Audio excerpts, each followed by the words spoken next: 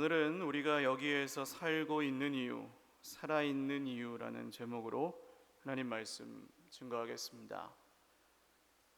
사람은 무엇으로 사는가라는 세계 명작 소설이 있습니다. 전에도 한번 말씀드렸던 것 같아요. 단편 소설인데 톨스토이라는 대문호가 쓴 그런 소설입니다.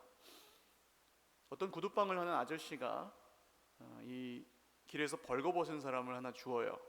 그날도 이제 구두를 팔아서 번 돈을 가지고 어차피 모자라니까 그냥 술이나 한잔 하고 들어가는 길에 벌거벗은 사람이 추운 겨울에 혼자 있는 걸 발견하고 갑자기 불쌍히 여기는 마음이 들어서 그 사람을 데리고 집으로 갑니다.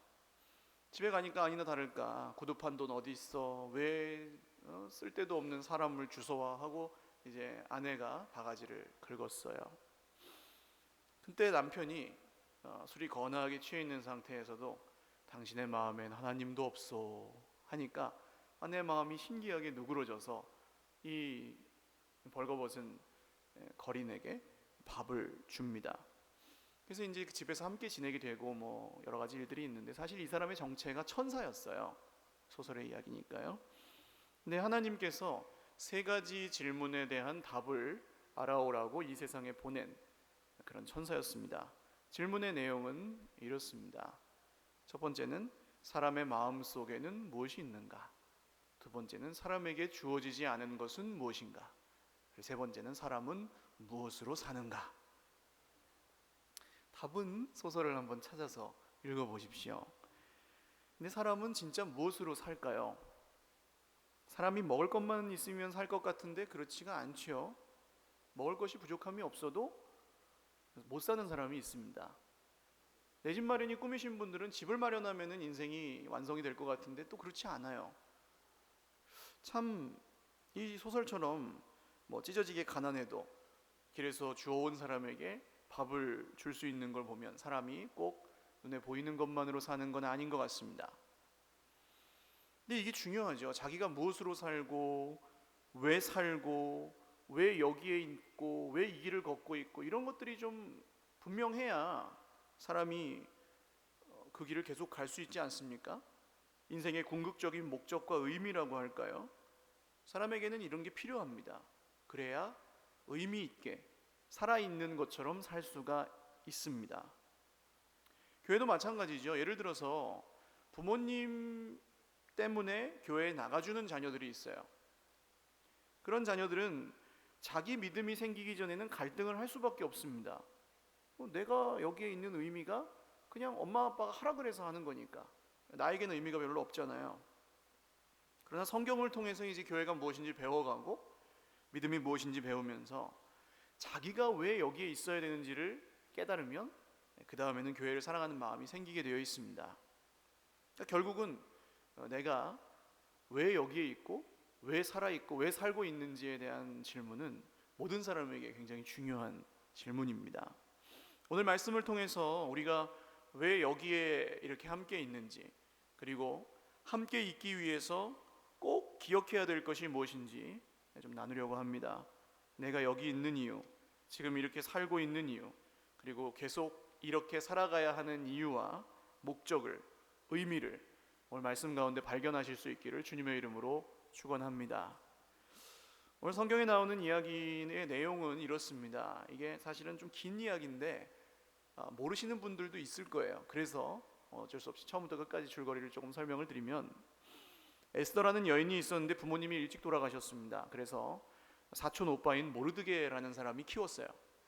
모르드게는 유대인이었고 에스더도 유대인이었는데 이때는 이스라엘 나라, 유대 나라가 멸망해서 나라를 잃어버렸던 그런 시기입니다. 예수님 오시기보다 조금 전 얘기예요. 근데 페르시아라는 나라에 이제 포로로 잡혀와 있는 상황이었는데, 이 페르시아의 왕인 아하수에로가 왕비를 새로 뽑는다는 어명을 내렸습니다. 그래서 에스더도 수많은 왕비 후보 중에 한 명으로 뽑히게 되었어요. 왕비 후보가 되면 무려 1년 동안 화장품과 향수로 이제 목욕을 하고 준비를 합니다. 왕 앞에 나갈. 그래서 모르드게는 이 딸 같은 에스더를 왕궁으로 보내면서 신신당부를 합니다. 2장 10절 말씀 한번 읽어 볼까요? 시작. 에스더가 자기의 민족과 종족을 말하지 아니하니 이는 모르드게가 명령하여 말하지 말라 하였습니다. 그리고 그 사이에도 모르드게가 날마다 에스더가 있는 후궁으로 가서, 궁궐로 가서 만납니다. 그리고 어떻게 살고 있는지를 막 살펴요. 2장 11절에 나오는 얘기인데요, 모르드게가 날마다 후궁들 앞으로 왕래하며 에스더의 안부와 어떻게 될지를 알고자 하였더라. 자, 그렇게 시간이 지나서 에스더가 왕 앞에 나갈 차례가 되었습니다. 에스더는 이 다른 여인들보다 특별히 꾸미지 않았는데도 아수에로 왕이 에스더를 매우 사랑하게 되었습니다. 결국 에스더가 새 왕비로 낙점이 되었어요. 오늘 이 이야기는 무슨 아라비안 나이트에 나올 만한 그런 신비한 얘기죠. 포로로 잡혀간 나라에서 민족이 없어지지 않고 그냥 있었어요. 그리고 부모님을 잃은 고아인 에스더가 사실 사촌이면은 뭐 그렇게 가까운 관계이기도 하지만 뭐 평생을 책임져야 되는 그런 관계는 아닌데도 거기서 그냥 아름답게 자라나고, 그 당시 페르시아는 중근동 지방 전체를 다스리는 초강대국이었습니다. 그 온 나라에서 모은 수많은 미녀들 중에 포로 출신이고 별로 특별하게 꾸미지도 않았던 에스더가 그 중에 가장 아름다웠고 왕비가 되었다는 것은 뭐 확률로 따지면 기적에 가까운 일이에요. 그리고 모르드게는 에스더가 왕비가 되고 나서도 계속해서 왕궁에 가서 에스더를 돌보고 살피기 위해서 문 앞에 있습니다. 그런데 어느 날 왕의 신하, 못된 신하 두 사람, 내시 두 사람이 왕을 죽이려는 음모를 꾸미는 것을 듣게 돼요. 그래서 에스더 왕비에게 그걸 알려주었고 왕은 모르드게 덕분에 목숨을 건지게 되었습니다. 이 일이 궁중실록에는 기록이 되었는데 왕은 누가 자기를 살려줬는지를 몰라요. 그리고 그냥 지나갑니다. 근데 위기가 찾아와요. 왕의 신하 중에 하만이라는 사람이 있었는데 유대인과는 아주 원수지간인 아말렉 자손 출신입니다. 그런데 이 사람이 아주 높은 벼슬에 있어서 누구든지 이 하만이라는 대신을 보면 다 절을 하고 인사를 했었어요. 근데 날마다 궁궐 문 앞에 한 유대인이 앉아 있는데 이 사람은 인사를 안 하고 절을 안 하는 거예요. 누굽니까? 모르드게예요. 왜 절을 하지 않았을까요? 나 외에는 다른 신을 섬기지 말라, 절하지 말라는 하나님의 계명을 지키기 위해서였겠죠. 그래서 모르드게가 하만에게 찍힙니다. 보통 악한 사람들은 그냥 찍히면은 찍힌 사람만 죽이고 마는데 이 하만은 아주 악한 사람이라서 모르드게만 죽여갖고는 분이 안 풀리는 거예요. 그래서 모르드게의 민족 전체를 말살할 계획을 세웁니다. 그래서 왕에게 찾아가서 우리나라에 흩어져 사는 민족이 하나 있는데 유대인이라는 놈들입니다. 왕의 법은 지키지 않고 자기들의 법만 따르려고 하고 아주 고집스럽습니다. 이런 불순한 민족은 다 죽여 없애도록 하겠습니다. 허락해 주시면 은 1만 달란트를 제가 왕의 금고에 바치겠습니다. 그랬더니 왕이 그냥 별 생각도 안 하고 은은 됐고 맘대로 하시오 하만 하고 그냥 허락을 해버려요. 민족 하나의 목숨이 왔다 갔다 하는 일인데 왕에게는 별로 그렇게 중요한 일이 아니었나 봅니다. 그래서 이 날짜를 정해요. 몇 날 며칠에 유대인들을 다 죽이고 그 재산을 다 빼앗아도 된다는 어명이 온 나라로 이제 가장 빠른 사자들을 통해 퍼져 나가고 전달됩니다. 그리고 나서 이제 우리가 오늘 읽은 이 본문의 내용이에요. 모르드게가 이걸 아니까 얼마나 마음이 힘들어요. 청천벽력이죠. 자기 옷을 찢고 이 상복, 베옷을 입고 대성통곡하면서 궁궐 앞으로 달려갑니다. 그리고 유대인들이 다 그렇게 베옷을 입고 통곡을 합니다. 이제 우리는 죽었구나 하고, 에스더가 이제 자기 오빠, 사촌 오빠가 걱정이 되니까 신하들을 시켜서 가서 묻습니다. 무슨 일인데 왜 그러십니까? 옷을 갈아입고 좀 마음을 진정하세요. 그랬더니 모르드게가 뭐라고 합니까? 에스더야, 네가 왕비니까 좀 힘을 써라. 왕에게 나아가서 살려달라고 구해라. 그렇게 얘기를 해요. 근데 이게 사실 불가능한 일이었습니다. 에스더가 뭐라고 하냐면 폐하께서 부르지 않는데 가면 사형입니다. 그랬거든요. 혹시 왕이 기분이 좋으면 이 지팡이 같은 걸 탁 내밀어서 이제 은혜를 베풀 수는 있는데 허락도 안 받고 왕 앞에 나가면 그냥 그 즉시로 끌려가서 온데간데 없이 사라질 수도 있는 그런 시대였어요. 그런데 벌써 한 달이나 왕비와 만난 적이 없어요. 왕비를 부른 적이 없어요. 왕이. 그런 상황에 에스더가 목숨을 걸고 나가야 되는 그런 상황입니다. 그러니까 모르드게가 또 말을 하죠. 4장 13절과 14절 말씀을 한번 읽어보겠습니다. 시작. 모르드게가 그를 시켜 에스더에게 회답하되 너는 왕궁에 있으니 모든 유다인 중에 홀로 목숨을 건지리라 생각하지 말라. 이때 내가 만일 잠잠하여 말이 없으면 유다인은 다른 데로 말미암아 노임과 구원을 얻으려니와 너와 내 아버지 집은 멸망하리라. 네가 왕후의 자리를 얻은 것이 이때를 위함이 아닌지 누가 알겠느냐 하니. 아멘. 자, 그랬더니 에스더가 이 말을 듣고 결심을 합니다. 16절 읽겠습니다. 시작. 당신은 가서 수산에 있는 유다인을 다 모으고 나를 위하여 금식하되 밤낮 3일을 먹지도 말고 마시지도 마소서. 나도 나의 시녀와 더불어 이렇게 금식한 후에 규례를 어기고 왕에게 나아가리니 죽으면 죽으리이다 하니라. 아멘. 그래서 에스더가 사흘 동안 금식을 하고 또 그 수도 서울에 사는 수산이라는 곳에 사는 유대인들이 다 금식을 하고 그 다음 왕 앞에 나아갑니다. 근데 마침 왕이 오랜만에 왕비를 보니까 너무 아름다운 거예요. 손에 들고 있던 홀이라 그러죠. 왕의 지팡이를, 지휘봉을 탁 내밀고 에스더가 그 끝을 탁 잡고 대화가 시작됩니다. 아주 극적으로요.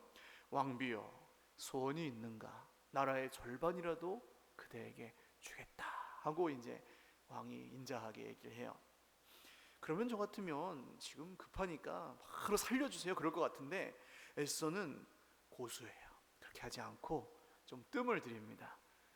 폐하, 이제 오늘 제가 잔치를 베풀 텐데 하만과 함께 그 잔치에 오십시오. 왕이 그래서 와요. 한번 얘기했으니까 지켜야죠. 왕의 말은 법이거든요. 그 당시에. 그래서 에스더, 왕비여, 그대의 무슨 소원이 있는가? 나라의 절반이라 할지라도 주겠노라. 했더니 에스더가 또 뜸을 들입니다. 폐하, 내일도 잔치를 벌일 테니 그때도 오십시오. 근데 하만이 이제 그 잔치에 얼마나 신나게 왔겠어요. 이 사람 명예욕이 아주 충만한 사람이라 왕이 나를 부르고 왕비가 나를 인정했구나 하면서 막 신나서 왔는데요. 근데 문 앞에 누가 있어요? 대궐 문 앞에 모르드게가 있어요. 근데 모르드게가 절을 해요, 안 해요? 안 하는 거예요. 아니 지금 이런 상황이면은 절을 해야 되잖아요. 목숨이 지금 위태로운데, 자기 민족의 목숨이 위태로운데 절을 안 하니까 화가 또 막 나는데 참아요. 왜냐? 두고 보자.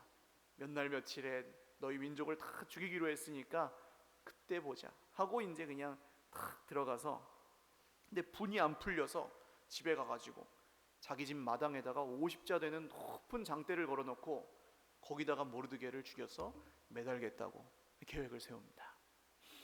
잔치가 그날 끝나고 왕이 잠이 안 와서 궁중실록을 읽다가 얼마 전에 자기를 죽이려고 했던 두 내시의 이야기를 들었어요. 그리고 그것을 고발한 사람이 누구냐 했는데 모르드게입니다. 그럼 모르드게에게 무슨 상을 주었느냐? 아무것도 안 줬습니다. 그런 일이 있나? 하고 깜짝 놀라서 왕이 걔 누구 없느냐 했더니 마침 그 마당에 누가 와 있었냐면 하만이 그 자기 집에 그 설치한 장대에다가 모르드게를 매달는 거를 왕에게 허락을 받아야 되잖아요. 마음대로 죽이면 안 되니까. 그래서 그걸 허락받으러 거기 와 있는 거예요. 그리고 들어오라. 하만, 내가 큰 상을 주려고 하는 사람이 한 명 있는데 무슨 상을 주면 좋아하겠소? 했더니 하만이 김치국을 탁 마시죠. 야, 나한테 주려고 그러는구나. 나밖에 더 있겠나 싶어서 자기가 원하는 걸 달라고 합니다. 왕의 옷을 입히시고 폐하의 말을 태우셔서 가장 높은 대신이 그 앞에서 고삐를 잡고 이 사람은 왕이 가장 아끼는 사람이고 페르시아에서 가장 귀한 사람이다 이렇게 얘기하게 해주십시오. 모든 백성들 앞에 선포하게 해주십시오. 그렇게 청원을 했더니 왕이 어떻게 해요? 그래, 그러면 궁궐 문 앞에 앉아있는 모르드게를 그렇게 해서 하만, 당신이 고삐를 잡고 그렇게 외치고 다니시오 이렇게 얘기를 합니다. 그러니까 이제 하만이 그렇게 뭐 그냥 떫은 감 씹듯한 표정으로 하긴 했는데 이제 모르드게가 한 바퀴 돌고 궁궐 문 앞에 와서 앉고 자기는 집에 도망치듯 와가지고 생각해보니까 큰일이 났어요. 야, 이거 모르드게를 죽이려고 그러는데 왕이 모르드게를 이렇게 상을 줬으니 이건 죽일 수도 없고 살릴 수도 없게 되었구나 하고 이제 부인하고 얘기를 하고 있는 순간 이제 다음날 잔치 시간이 돼서 신하들이 하만을 데리러 왔습니다. 잔치에 가요. 이제 또 왕이 잔치자리에서 에스더에게 묻습니다. 왕비여, 무엇을 원하는가? 나라의 반이라도 내가 주겠노라. 그 절반 타령을 3번이나 해요. 그냥 꼭 주겠다는 거예요, 왕이. 그래서 에스더가 드디어 얘기를 합니다. 폐하, 저는 유대인인데 저희 민족이 죽임을 당할 위기에 처해 있습니다. 저희 민족을 살려주십시오. 노예로 그냥 팔려가는 거라면 뭐 왕께 이렇게 심려를 끼쳐드리지도 않을 텐데 다 죽게 생겼으니 제발 왕께서 도와주십시오 하고 청원을 합니다. 그랬더니 왕이 깜짝 놀라가지고 화가 나서, 누가 그런 일을 했어? 내가 감히 왕비의 민족을 죽이려고 하다니. 그랬더니 이제 에스더가 바로 옆에 있던 하만을 가리키면서, 이 악한 하만이 그랬습니다.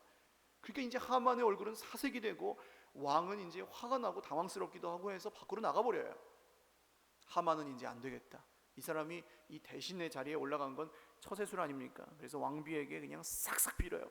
목숨만 살려주십시오 왕비님 하고 그냥 매달리고 왕비한테 그냥 매달려 있는데, 그때 마침 또 왕이 들어와요. 그래가지고 그걸 보더니 노발대발하면서, 이 내가 있는데도 감히 왕비의 침상에 올라가서 왕비를 욕보이려고 하다니 하면서 여봐라 하니까 밖에 있던 신하가 조용히 들어와가지고 하만의 얼굴에 자루를 씌웁니다. 사형 확정이에요. 여봐라 하면 그냥 사형 확정이에요. 그리고 나서 어느 시대나 이 간신이 있어요. 그 옆에 있던 내시 하나가 또, 왕이시여, 이 하만의 집 마당에 보면 모르드게를 죽이려고 준비해 놓은 장대가 있습니다. 딱 얘기해요. 거기다가 매달자는 얘기죠. 그래가지고 왕이, 그래 그럼 거기다 매달아라 해가지고 하만은 그렇게 자기 집 마당에서 사형을 당합니다.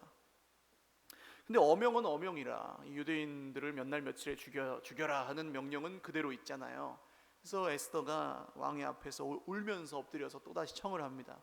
그랬더니 사실 왕은 자기가 내린 명령을 바꿀 수가 없어요. 그럼 나라를 다스릴 수가 없거든요. 군생활을 해보신 분들은 아시지만 이런 명령을 내렸다가 반대되는 명령을 내리면요, 지휘관이 아주 우습게 됩니다. 그러니까 틀렸어도 이걸 해야 돼요. 그래서 뭐 다니엘 이야기도 아시죠? 사자굴에다가 다니엘을 던져 넣는 게 이 간신들의 함정이었는데 왕이 어쩔 수 없이 그렇게 하잖아요. 그 이유가 그런 겁니다. 근데 오늘 이 이례적으로 이 아하수에로 왕이 명령을 뒤집어 버립니다. 그리고 오히려 유대인들이 스스로 목숨을 지킬 수 있도록, 반격을 할 수 있도록 어명을 새롭게 내립니다. 자기들을 공격하는 사람들이 있고 평소에 원수 맺은 사람이 있으면 거꾸로 공격을 해서 생명과 재산을 빼앗아도 좋다, 그런 어명을 내렸습니다. 그렇게 이제 유대인들과 에스더와 모르드게는 생명을 구했고, 이 일을 기념해서 유대인들이 지금까지도 불임절이라는 명절, 절기를 지키고 있더라 하는 그런 이야기예요. 좀 뭐 이야기만 하는데도 좀 길었어요. 사실은 이 이야기는 저희 첫째 아이가 굉장히 좋아하는 얘기입니다. 그래서 제가 농담을 좀 보태서 한 1000번 정도는 잠자리에서 했던 것 같아요. 이렇게 참 주일날 교회에서 뻥을 제가 1부 때는 500번쯤 했다고 했는데 2부 때는 1000번쯤 했다. 근데 그만큼 한 것 같아요. 왜냐하면 이 공주가 나오는 얘기, 여왕, 왕비가 나오는 얘기라서 좋아해요, 저희 아이가. 근데 이 어린이들 잠자리에서나 해줄 만한 이런 얘기가 왜 하나님의 말씀이 성경에 기록되어 있을까요? 또 오늘 우리와 이 얘기가 무슨 상관이 있을까요? 이걸 조금 나누고 이제 마치려고 하는데요. 우리는 포로로 잡혀간 유대인들처럼 사실은 이 세상에서 이방인 취급을 당할 때가 많습니다. 교회는 왜 가? 뭐 교회 가면 떡이 나와, 밥이 나와, 돈이 나와, 그러잖아요. 사람들은 시간 아깝게 거기 가서 뭐 그냥 잠이나 자지, 집에서 자지 왜 거기 가? 근데 어쩔 수 없이 우리는 와요. 좋아서 올 때도 있고 어쩔 수 없이 올 때도 있어요. 왜냐하면 예수님을 믿는다는 말은 이제 이전의 세상에서 살던 대로는 더 이상 살지 않겠습니다라는 말이기 때문이에요. 그래서 하나님의 백성답게 살기 위해, 예배하기 위해서 이 자리에 옵니다. 그러니까 우리는 하만에게 절할 수는 없어요. 더 이상 뭐 가끔 유혹은 당하지만, 그래서 괴로움을 당할 수밖에 없습니다. 세상에는 또 마귀를 비롯해서 우리를 힘들게 하는 적들이 있죠. 그래서 우리 신앙생활을 영적 전쟁이라고 표현하기도 합니다. 근데 하나님은 이런 영적 전쟁을 혼자서 감당하라고 하지 않으세요. 그리고 우리에게 선물을 주셨는데 그게 뭐냐? 바로 교회입니다. 그래서 교회를 향해서 오늘 이 이야기를 통해 우리가 꼭 기억해야 할 중요한 사실 3가지가 있는데요. 첫 번째로, 하나님이 우리를 함께 있도록 부르셨다는 사실을 우리가 기억해야 합니다. 오늘 에스더나 모르드게가 혼자서 싸우지 않습니다. 사실 이길 수 없는 적을 상대로 몇 번의 기적이 막 겹치잖아요. 그런데 혼자서 한 게 아니라 꾸준히 함께 합니다. 에스더는 왕궁에 들어가 앉아 있으니까 얼마나 편해요. 그 최고급 향수와 화장품으로 몸을 치장하고 최고의 옷을 입고 최고의 음식을 먹고 페르시아의 풍요로움에 젖어서 그냥 왕비로 형편좋게 살면 되잖아요. 근데 모르드게가 매일매일 찾아와요, 왕궁에. 그래서 에스더야, 잘 지내냐? 네가 유대인이라는 걸 잊지 마라. 그리고 이제 하만의 음모 때문에 민족이 위기에 처했을 때 어떻게 합니까? 에스더야, 네가 왕비가 된 것이 오늘을 위함인지 누가 알겠느냐? 네가 해야 된다. 너 혼자 살겠다고 생각하지 마라 하고 끊임없이 이야기를 해줍니다. 그래서 에스더가 죽음을 각오하고 3일 금식을 하고 왕의 앞에 나갔죠. 여러분, 내 옆에 있는 사람들은 한번 보십시오. 내 옆에 있는 분들을 아는 분도 있고 모르는 분도 있으시죠? 한번 보세요. 사랑이 가득 담긴 눈으로 한번 바라봐 주십시오. 아는 분도 있고 모르는 분도 있지만 내 옆에 있는 분들은 모르드게처럼 하나님이 나를 도와주라고 보내주신 분들입니다. 할렐루야. 그리고요, 나는 또 모르드게처럼 내 옆에 있는 사람을 도와주라고 하나님이 나를 여기에 부르셨어요. 할렐루야. 그래서 우리는 여기서 힘을 얻고 세상에 떠내려가지 않을 수 있습니다. 하나님 없이 살아가는 게 얼마나 고통스러운지 예수님 만난 사람들은 다 알아요. 그래서 혼자 못 버틴다는 것도 알아요. 그래서 하나님이 우리를 함께 있도록 불러주셨습니다. 그래서 교회 생활을 하고 신앙생활을 하실 때 꼭 기억하셔야 될 것은 하나님이 나를 부르셨다. 할렐루야. 그런 인도함과 확신을 갖고 살아가실 수 있기를 주님의 이름으로 축원합니다. 처지와 형편은 다 달라요. 내가 있는 곳이 왕궁의 왕비 같은 처지일 수도 있고 궁궐 문 앞에 처량하게 앉아있는 모르드게 같을 수도 있습니다. 그러나 똑같은 사실은 뭐냐? 하나님이 그 자리에 나를 부르셨다. 할렐루야.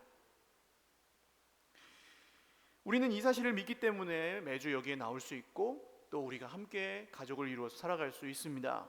이게 흔들리면 전부 인생이 상황 따라 움직이고 문제 따라 흔들리고 기분 따라 좌지우지돼요. 하나님이 나를 부르셨다는 게 흔들리면, 이게 안 믿어지면 그냥 형편 따라서 기분이 좋았다 나빴다 해요. 여러분, 이게 한번 그렇게 되면 걷잡을 수 없습니다. 다 경험하셨을 거예요. 기도 1초도 안 하고 며칠 그냥 가요. 성경은 그냥 꽂아놨다가 먼지 툭툭 털어가지고 주일날 갖고 오는 책이에요. 펴보지도 않아요. 이게 그냥 단순히 기도했냐 성경 읽었냐 그 행위 문제가 아니라 내가 지금 형편과 상황과 기분에 떠밀려서 하나님에게서 확실하게 멀어져 있고 있다는 그런 증거 아닙니까?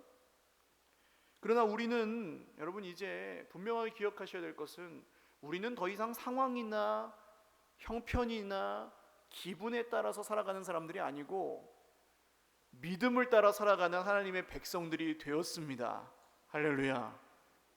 이 믿음이 저와 여러분을 세상에서 지켜주는 것이죠. 또 내가 그렇게 부르심을 받았다는 확신이 있으면 내 옆에 있는 사람도 그렇게 부르심을 받았다는 확신을 가지셔야 돼요. 그러니까 함부로 하시면 돼요, 안 돼요? 상처 주는 말을 하면 돼요, 안 돼요? 안 돼요. 하나님이 부른 사람들이에요. 옆에 계신 분들에게 또 인사하십시오. 몰라 뵀습니다. 하나님이 불러주셨다니까요. 지금 그냥 주무시고 계셔도 하나님이 부르셨다니까요. 그러니까 함부로 여기시면 안 돼요. 교회는 필요 없는 사람이 없습니다. 하나님이 우리를 여기에 부르셨다는 사실이 우리가 믿어야 될 가장 중요한 사실이에요. 교회를 이루기 위해서. 이게 안 믿어지면요, 팔짱을 다 끼게 됩니다. 그 다음에는 이것이 좋고 저것이 나쁘고 그냥 취사 선택해요. 우리가 믿는 하나님이 우리를 우리 교회 한 가족이 되게 하셨습니다. 할렐루야. 여러분, 이게 믿어져야 이렇게 되지 않는 것입니다. 오직 예수 그리스도의 십자가 은혜로 우리를 살리셨고 이제 함께 교회로 살아가라고 명령하셨습니다. 선택의 문제가 아니라는 거죠. 이게 흔들리면 자꾸 사람 눈치를 보게 돼요. 물론 서로 존중하고 서로의 필요를 채워주고 끝없이 사랑하는 것은 너무나 중요하고 복된 일입니다. 그러나 사람의 눈치를 보는 것과 예수님의 사랑으로 사랑하는 것은 전혀 다른 거예요. 그냥 인간끼리 친해지는 거하고 예수님의 사랑으로 사랑하는 것은 전혀 다른 얘기예요. 어떤 사람의 요구를 내가 들어주고 비위를 맞춰줘서 그 사람 여기 있는 게 아닙니다. 우리는 좀 제가 편하게 말씀을 드릴게요. 새 가족이 오시면 이 새 가족이 막 떠날까봐 너무 심초사하시는, 물론 사랑하는 마음에서 그러시죠. 그러나 걱정하지 마십시오. 새 가족이 오신 그분도 하나님의 인도하심을 받고 왔고, 할렐루야, 하나님이 부르셔서 여기 왔습니다. 물론 우리가 사랑하고 그냥 끝없이 섬기는 것은 당연한 일이고 그 서로 하는 게 맞고요. 그 다음에 근데 눈치 보는 건 우리가 할 일이 아니에요. 서로. 하나님 지금도 살아계십니다. 여러분, 우리의 필요가 얼마나 다양합니까? 교회를 향해 갖고 있는 그림도 서로 다 다르고요. 우리의 외모가 다른 것처럼 생각도 다 다르고 마음도 달라요. 어떤 분은 목사님의 설교가 듣고 싶어서 오는 분도 있고, 어떤 분은 마음의 안식을 얻고 싶어서 오는 분도 있고, 어떤 분은 지금 내 몸의 병을 고치고 싶어서 오는 분도 있고, 다 달라요. 그거 다 잘못했다고 할 수 없어요. 다 옳아요. 근데 그 필요는 사람이 만족시켜 줄 수 있습니까? 없다는 얘기죠. 하나님께서 만족시켜 주십니다. 여러분, 무엇이 변치 않아 내 소망이 되고 무엇이 한결같아서 내 삶을 품겠습니까? 누가 변하기를 기다려서 내가 만족을 하겠습니까? 하나님이 만족시켜 주시는 줄 믿으시기를 바랍니다. 왜 이런 얘기를 드리냐 하면, 이 믿음이 생기기 전에는 모든 분들이 영원한 손님이에요. 교회는 따로 있고 나는 그냥 거기에 다니는 사람밖에 안 돼요. 그래서 그 사람 어떻더라, 분위기 어떻더라, 그 일은 잘했더라, 그 일은 못했더라, 이런 얘기밖에 할 게 없어요. 이런 것만 보여요. 그러면 어떻게 돼요? 우리 속에서 지금도 살아서 역사하시는 하나님을 보지 못하는 겁니다. 여러분, 사람이 보이지 않고 하나님이 보이는 교회, 그런 교회가 되실 수 있기를 주님의 이름으로 축원합니다. 우리가 교회입니다. 한번 따라하시죠. 우리가 교회입니다. 여러분, 교회 다니는 사람 말고 교회가 되시기를 주님의 이름으로 축원합니다. 물론 교회는 공사 중이라는 표현이 적절한지 모르겠습니다만, 윤리적으로나 도덕적으로 이상적인 공동체는 아니에요. 부족한 사람들이 모여 있습니다. 오늘 유대인들만 봐도 하만이나 별다르지 않아요. 유대인들도 원수를 갚으라니까 그날에 7만 5천 명을 죽입니다. 이게 뭐예요?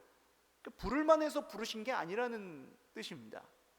도덕적으로 대단해서 우리가 여기 있는 게 아니고, 지난주에 잘 살았으면 오늘 좀 떳떳하고, 지난주에 못 살았으면 오늘 이러고 있는 게 아니고, 하나님의 은혜, 할렐루야, 예수 그리스도의 십자가 은혜로 오늘 우리가 여기에 부르심을 받았습니다. 그럼 하나님이 불렀으니까 난 아무것도 안 해도 되겠네? 아니죠. 오늘 모르드게와 에스더가 서로 어떻게 하는지 한번 보십시오. 에스더 2장 10절 말씀 제가 한번 읽어드릴게요. 에스더가 자기의 민족과 종족을 말하지 아니하니 이는 모르드게가 명령하여 말하지 말라 하였음이라. 그 다음 4장 17절요. 모르드게가 가서 에스더가 명령한 대로 다 행하니라. 명령한 대로 다 행하니라. 서로 그렇게 따라요. 서로에게 순종하고 서로를 섬깁니다. 최선을 다해서. 사실 모르드게는 에스더에게, 야, 내가 평생 키워줬는데 그런 부탁 하나 못 들어주냐? 외척 문제가 왜 생겨요? 아버지가 와가지고, 그 왕의 장인이 와가지고 막 행세하는 거 아닙니까? 그 외척 아니에요? 근데 생색내지 않아요. 모르드게는 에스더가 명령한 대로 다 행하니라. 에스더도 내가 이전에는 그렇게 고하였지만 이제 일국의 왕비인데 오빠 좀 적당히 하지, 그러지 않고 이 모르드게가 명령한 대로 그대로 해요. 이게 교회입니다. 한없는 순종, 한없는 섬김, 한없는 사랑. 할렐루야. 왜 그렇게 해야 됩니까? 예수님이 먼저 그렇게 하셨기 때문입니다. 사랑하는 여러분, 오늘 먼저 내 안에 이 믿음이 있어서 우리가 모든 사람에게 서로 피차 모르드게가 되고 에스더가 되는 은혜가 있으시기를 주님의 이름으로 축원합니다. 두 번째로 기억하셔야 될 것은 하나님이 우리와 함께 계신다는 것입니다. 오늘 에스더 성경은 아주 특이하게 하나님이라는 단어가 나오지 않습니다. 성경인데 성경이 뭐 이래 싶을 정도로 하나님이 철저하게 숨어 계세요. 유명한 종교개혁자 마틴 루터는 나는 이 성경이 싫다, 성경을, 에스더를 설교하지 않았다고 해요. 근데 우리는 그런 세상을 살고 있죠.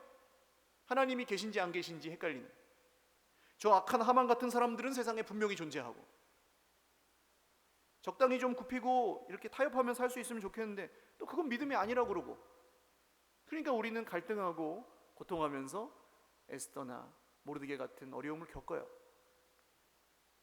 근데 여러분, 그래서 에스더 성경에 오늘 우리에게 의미가 있는 겁니다. 하나님의 이름 나오지 않지만 하나님의 이름이 숨어있는 세상을 살아가는 우리들에게 이 성경이 의미가 있는 거죠. 에스더가 대단하고 모르드게가 대단해서 이 일이 되었습니까?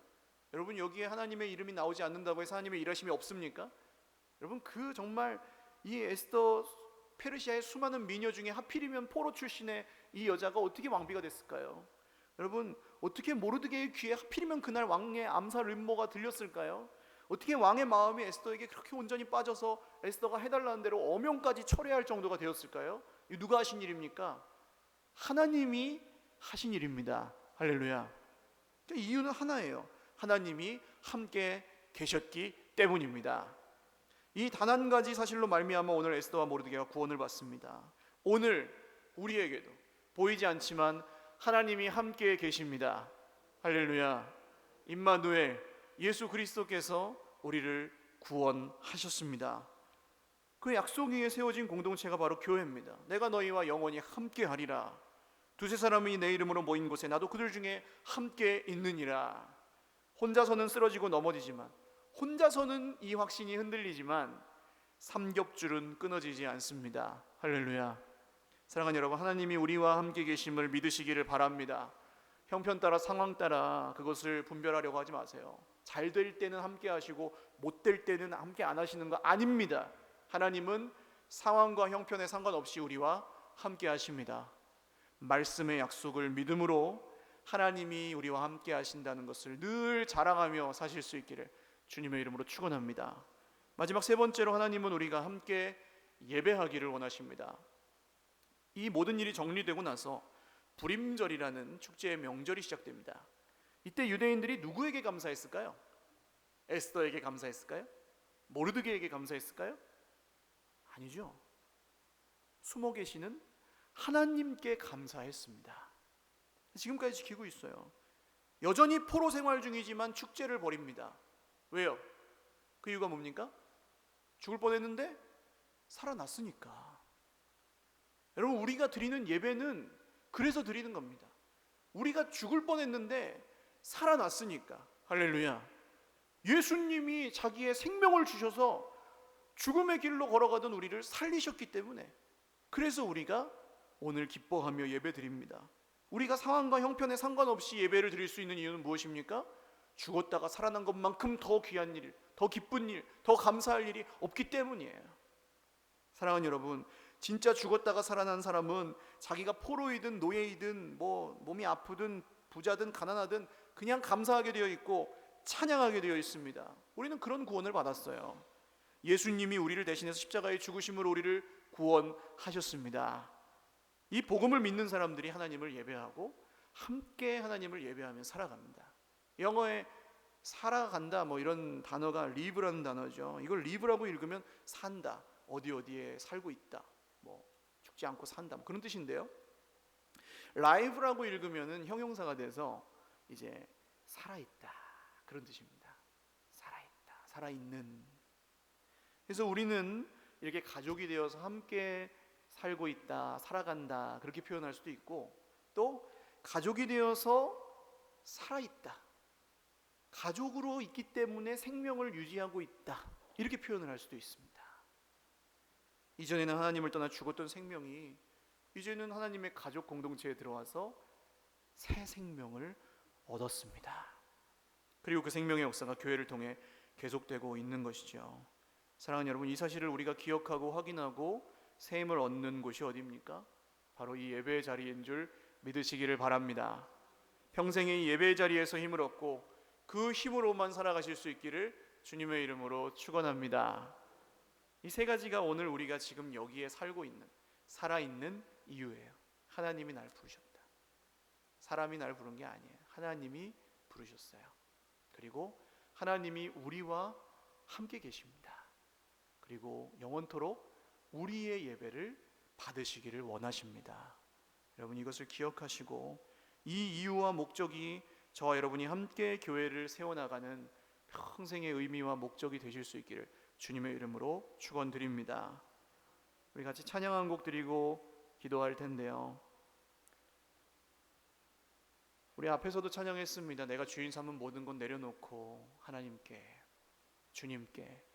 우리가 형편이 변하고 상황이 변할 것을 기대하기보다 먼저 하나님을 향한 더 크고 깊은 기대와 소망을 품으실 수 있기를 바랍니다.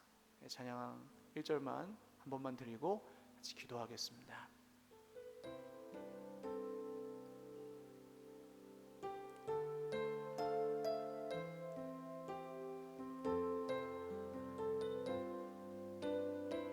무엇이 변치 않아 내 소망이 되며 무엇이 변치 않아 내 소망이 되며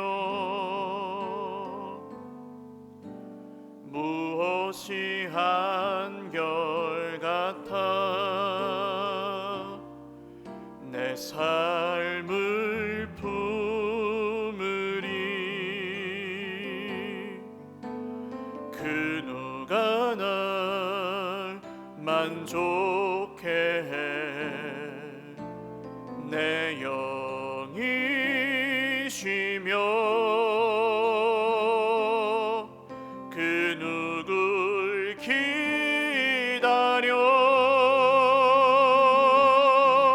내 영이 기쁘리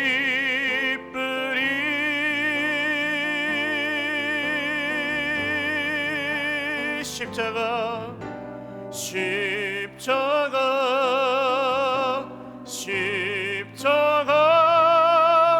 그 그늘 아래 내 소망이 있네 십자가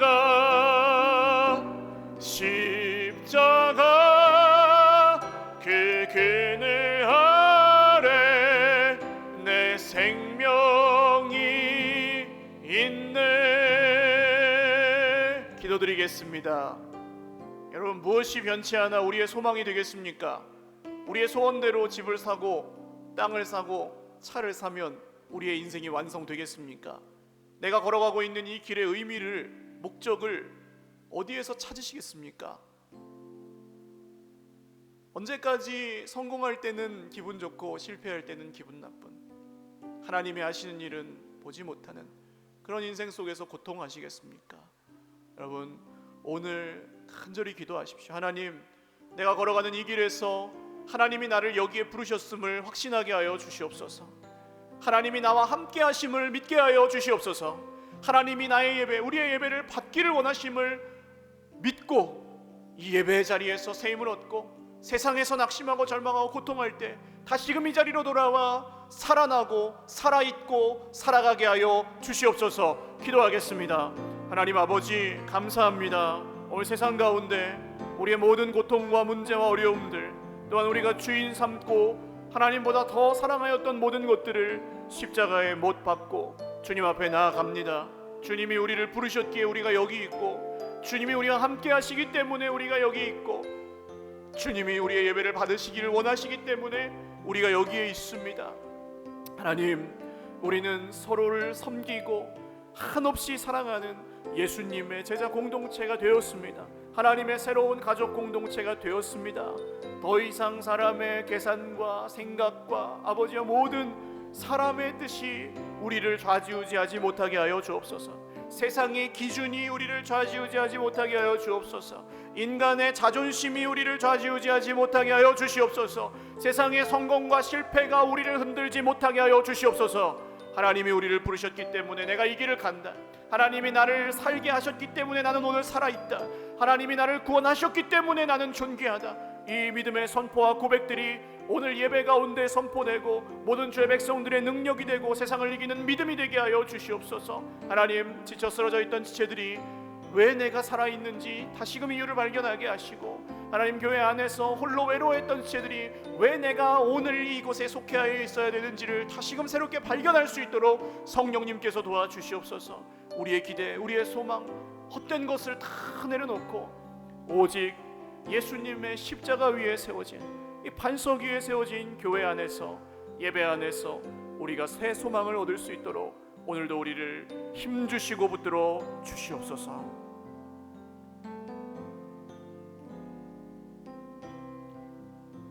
존귀하신 주님 감사합니다.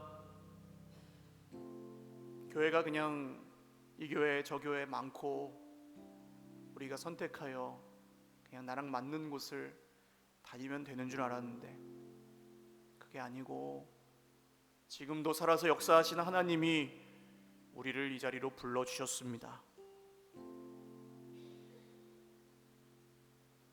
우리가 이 사실이 믿어져야만 가정생활과 똑같은 교회생활, 때로는 힘들고 지치고 서로에게 실망할 때도 있고 그래서 마음이 무너지고 하나님에게서 멀어질 때도 있는 그런 어려운 공동체 생활을 함께 해 나갈 수 있습니다. 주님, 하나님이 나를 여기에 부르셨음을 믿게 하여 주옵소서. 하나님이 나와 함께 하심을, 우리와 함께 하심을 믿게 하여 주옵소서. 우리의 마음에 있는 다른 사람을 향한 모든 판단과 정죄의 칼을 거두고 이제는 내가 모르드게처럼, 에스더처럼, 예수님처럼 정말 나를 필요로 하는 한 영혼에게 의지가 되어줄 수 있도록 주여, 우리 모두가 서로를 섬기고 서로에게 복종하는 정말로 하나님께서 기뻐하시는 교회 공동체를 이루게 하여 주옵소서.